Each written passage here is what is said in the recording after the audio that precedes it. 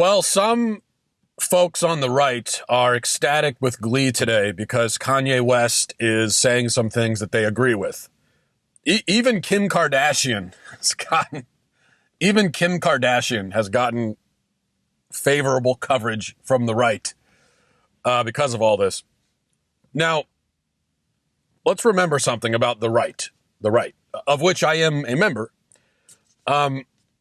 Unless I'm imagining things, unless I've been hallucinating for the last 20 years or so, I'm pretty sure that the right has spent a very long time insisting that celebrities are dumb and stupid and they're morons and their political opinions don't matter and they need to just shut up and sing and entertain us because we don't want to hear them injecting politics into everything. Just shut up.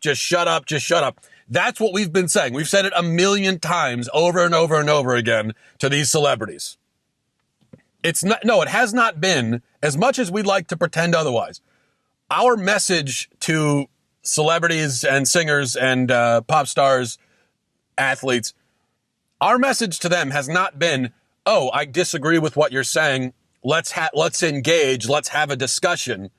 No, that hasn't been our message. Our message has been very explicitly, you shouldn't be talking about this subject. You don't know anything about it. Your job is to entertain us, so just shut up. That's been our message. But then what happens the moment one of these celebrities says something we agree with? While we're in the midst of shouting, shut up, all of you, just stop talking about this. And then one of them responds, oh, but wait a second, I actually agree with you on this one single point. Well, then we're just, okay, well, hold on. No, okay, you come here. You can talk. You, please stand up on this stage, this platform. Repeat it again so everyone can hear it. No, you guys over there, you Meryl Streep and Colin Kaepernick, you still shut up. Nobody wants to hear you. But you, go ahead, please. Yes, please talk. Please. I mean, Kanye West, a few years ago when you were talking about how George Bush hates black people, you needed to shut up then because nobody cares about your political opinions. But now, oh yes, please share your political opinions with everyone. This is huge. Everyone, listen to this person. Listen to this celebrity. He's a celebrity. His opinion matters. And then 2 seconds later, you're a celebrity. Your opinion doesn't matter. Our perspective changes very quickly from shut up and sing to please be our president. And I know what I'm saying right now is not crowd pleasing. It's not crowd pleasing because I'm criticizing us. I mean, I'm criticizing you and me. And I know that when someone watches a video on Facebook or listens to a podcast, what they really want to hear is criticisms of everybody else. What they're really looking for is a moment where you and I are talking about how terrible everyone else is. I mean, you and I have it figured out, but all those other people, let's talk about how terrible they are. What I've noticed is that the moment I turn the mirror around on us and say, oh, but look at this thing that we're doing, maybe we have problems too, that's when there's suddenly a revolt. And it's, oh, stop being negative, stop judging. Now, I've noticed that. I'm only negative and judging and all these things when I'm criticizing us. But if I stick with criticizing everyone else, well, then there's no problem. But I don't care because this is just, I mean, we are on the right. We are blatantly contradicting ourselves, not just on this issue, but on so many issues, especially recently. We have just turned into utter and complete hypocrites. Just changing our tune on so many things all of a sudden, opportunistically, and forfeiting our integrity in the process. And I don't really care if pointing that out turns everyone against me. I don't really care because it's true. Now, in Kanye West's case, he's been tweeting a bunch of controversial things. And he does have, I think he has new music coming out soon. So I'm sure it's just a coincidence that he's saying all this controversial stuff and getting attention while he's got music to promote. I'm sure there's no connection there whatsoever, right? And he's tweeted some nice things about free expression, free speech, etc. But mainly the thing that has gotten him attention and has gotten him favorable has made him a darling of the right is that he's expressed support for Donald Trump. And Trump responded on Twitter, and there was this little exchange, this back and forth between Kanye West and Donald Trump. And that is really what sent some folks on the right into rapturous seizures, is when they saw that. And that's the only conservative thing he said, conservative thing, as far as I can tell. And I'm not an expert on his tweets. I haven't read them very carefully. I only know what he's tweeting because a lot of conservatives in my Twitter feed have just been retweeting the heck out of him. They've just retweeted everything he said. And again, these are the same conservatives who have spent years, the exact same ones who have spent years telling celebrities to shut up, their political opinions don't matter. And now they're just all day retweeting Kanye West. And so I know that he's also, he's talked about how truth is subjective. He's talked a lot about how the key to happiness is self-love and, it's within yourself, self-affirmation, this self-affirmation type of typical Hollywood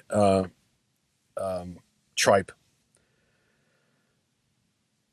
But with Kanye West's affinity for Trump, we're told that this is a sign that the right is winning the culture. And this is how we win the culture, I'm told. We win it through celebrities who like Donald Trump. It was the same thing with Roseanne. Roseanne, her show, whether we're talking about the new version or the old version, it promotes all kinds of far-left propaganda. It is a far-left show. Cross-dressing 9-year-olds, that is extreme left-wing degeneracy being promoted and mainstreamed.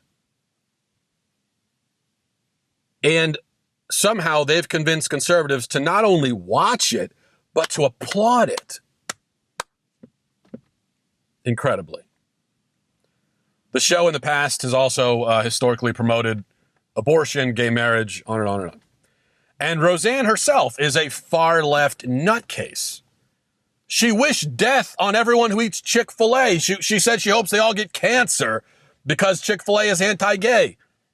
She hasn't changed her tune. She's still a far-left nutcase. It just so happens that she also likes Donald Trump. And we've decided that none of that other stuff matters. The only thing that matters is that she likes Donald Trump. Now, this may surprise you, but I'm going to be the odd man out here. I don't agree. This idea that Roseanne and Kanye West and all this stuff, they're the ones helping us win the culture. I don't agree. And in fact, I don't see the right winning the culture. There's been a lot of talk on the right recently about we're winning. Our message is winning. Yes. No, it's not. Look around you. What are you talking about? It's winning.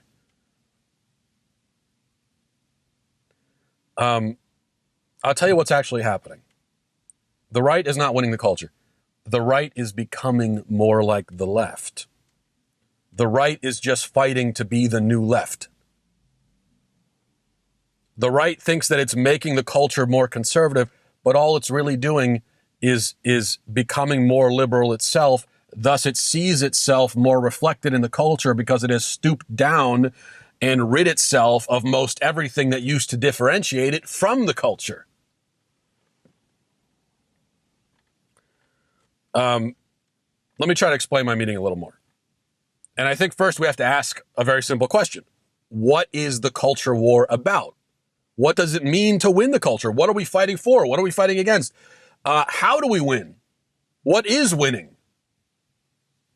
As I see it, and as I think almost every conservative used to see it, the real problem with the culture and the central battle in the culture is spiritual and moral decay.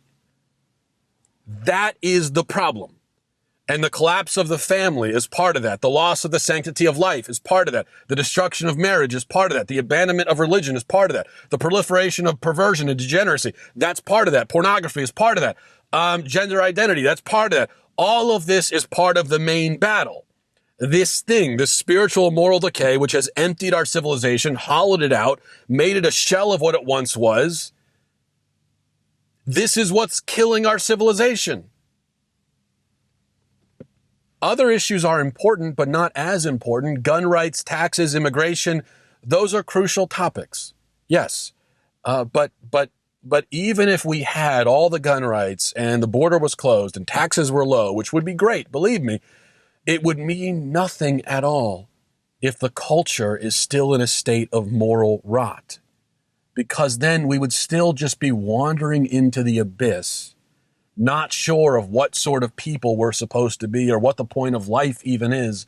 And we're just wandering into destruction, only we happen to have a gun and more money in our wallet and fewer illegals walking next to us, which, fine, but it means nothing if we've given up on the one thing that means everything, which is truth.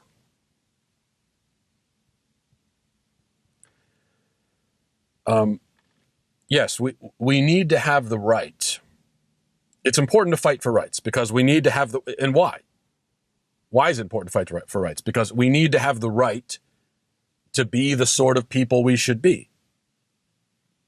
But then the next level, more fundamentally than that, we need to know what sort of people we should be. In other words, the fight for freedom is important only because freedom gives a person the ability to realize their God-given potential. But if we take freedom and we do not pursue that potential, and indeed we reject that there is a potential, that there is a God or anything, that there is anything to strive for, then we're just going to end up even worse than we would have been without the freedom in the first place.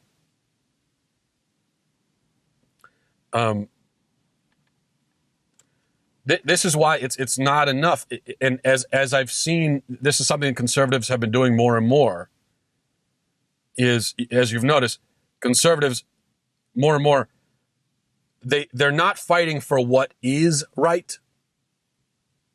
They're just fighting for rights. I don't know if you've noticed that transition, because you're just getting rid of one little word there, is, but it's huge. Not fighting for what is right, we're just fighting for rights.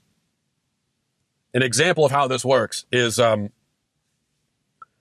you'll notice that pretty much any conservative will get up and they'll fight for the right. They'll fight for people's right to be against gay marriage. They'll fight for the rights of bakers who don't want to bake gay wedding cakes. They'll fight for those rights on the basis of free speech and freedom of religion, which is good because that's really important.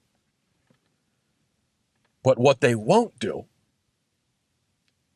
is they won't then proceed to explain why it is right to fight for the protection of marriage. They won't do that. They'll fight for the right, but not for what is right. And that's a big problem. Because our main message should be, or take abortion, for instance. Yes, we should have the right to voice our pro-life views. So if you're standing up for our right to voice our pro-life views, thank you. But more important than that is the fact that we are right about those views. And so that's our main message. Our main message is not, I have the right to say these things. Our primary message should be, I am right about these things. And that's why you should listen to me. Not just because I have the right to say it, but because I'm right in saying it. I think conservatives have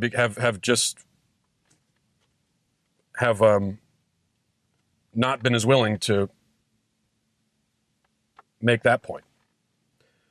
So then just look at what's happened in our culture over the last several decades. We've taken all this freedom, all of this great and wonderful freedom, and we've used it to destroy the family, destroy marriage, destroy babies, destroy the church, destroy ourselves. With our freedom, we've invented the drug epidemic, the divorce epidemic, the suicide epidemic, the porn epidemic, the depression epidemic, on and on and on. We have the freedom to satisfy our desires, yet we don't know what we should desire, what will bring us true joy and fulfillment. So we run around just indulging every whim, and we plunge ever deeper and deeper into despair and ruin because of it. In fact, we have so much freedom to indulge our whims, and we have so many desires that now what we do in our culture is we plunge deep into the recesses of our subconscious, and we bring to the surface just every degrading, perverse desire we can find, and we present it to the world, and we fight for the right to indulge it. Meanwhile, nobody's happy. Nobody knows why we're even here or what's the point of anything. I'm not arguing against freedom here. This is not an argument against freedom. This is an argument for the thing that is deeper than freedom. And that thing fundamentally is truth, virtue, God, morality. That's what we should be fighting for. And the problem is that the right is less and less concerned with fighting for those things, for truth, God, morality, virtue. And so it only continues to lose the actual battle, the real battle, the battle for the thing that matters. We're losing because we've surrendered it and we won't even fight it anymore. This is the left's primary objective, is the destruction of truth and morality. The destruction of the moral fabric of our civilization. That is the left's main primary objective. So if you are not fighting against them on that battlefield, fighting against their efforts to undermine the moral fabric of our civilization, if you're not fighting them there, then you're not fighting them. You're really not doing anything. You may be arguing with them on a million other topics, but if you will not dive in on that point and say, no, this is right, this is moral, we are fighting for this because of that. If you won't do that, then you're not fighting them. You're not doing anything. In fact, I would say even you're a coward. And you're not really helping. So how do Kanye West and Roseanne factor into this? I mean, not in a very important way, but what I see here in the right's love affair with leftist celebrities who happen to like Donald Trump, I see a symptom of this problem. The right will, hold their affinity for Trump and maybe their affinity for free speech. They'll hold those things up as the most important things, further marginalizing, further ignoring, further surrendering the battle for truth, virtue, morality, and God. The right will embrace some figure who is fully a proponent of degeneracy and moral relativism and every other evil known to man. And the right will embrace them just because they said some positive stuff about Trump. And on the other side, if there's a figure who is really fighting the battle against degeneracy and moral relativism and fighting for truth and fighting for those things, yet who is not sufficiently on board with Trump, well, they're gonna be alienated and exiled. That's what we've done. We'll kick people out. I mean, they could be engaged just down in the trenches on this central battlefield here. But if they're not saying the right things about Trump, we say, get out. We don't want you. So I think you see, we are not winning. We've surrendered. We've given up. We've given up. And that's what allows us to, celebrate. Because some celebrity likes Trump. As if that will have any bearing whatsoever on the one thing that matters. But it seems the one thing that matters doesn't really matter to us anymore. And so what I see happening right now is it used to be you had the moral relativists, and then you had those on the other side who fought for objective morality and truth. And now what I think is going to happen is you have just two factions who are both moral relativists fighting for domination and control. Not fighting for truth or anything, not fighting for anything beyond that, but just fighting for domination and control of the culture so that their brand, their variety of relativism may be supreme.